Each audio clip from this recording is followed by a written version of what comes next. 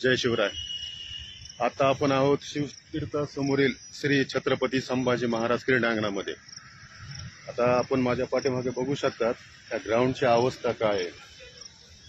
तिथे रोज शेकडो लोक व्यायामासाठी येतात, मुलं येतात, वयोवृद्ध माणसं आहेत, माता भगिनी आहेत. तर या ट्रॅकची अवस्था तुम्हाला मी दाखवतो. तर या ट्रॅकहून नेमकं लोकांनी चालायचं कसं आहे तुम्हीच सांगा.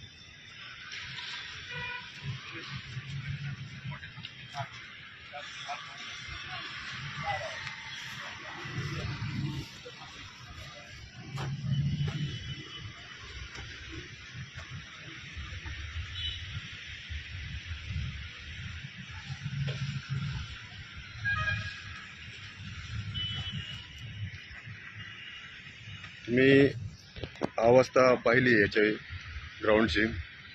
असं वाटतंय की हे नेमकं शेत आहे का ग्राउंड आहे याच्यामधला काहीच फरक कळत नाही.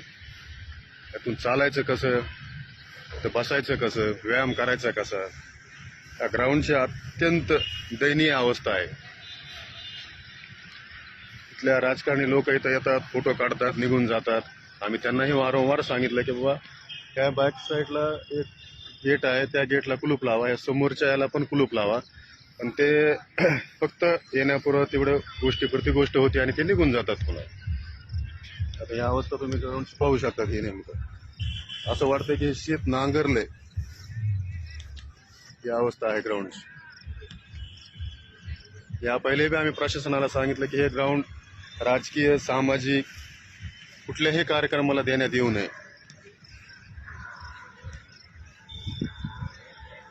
नगरपालिका प्रशासन, कलेक्टर साहेब, क्रीडा अधिकारी यांनी लक्ष घालून या ग्राउंडची झालेली दयनीय अवस्था पाहून याची दुरुस्ती तात्काळ करावी. जय शिवराय.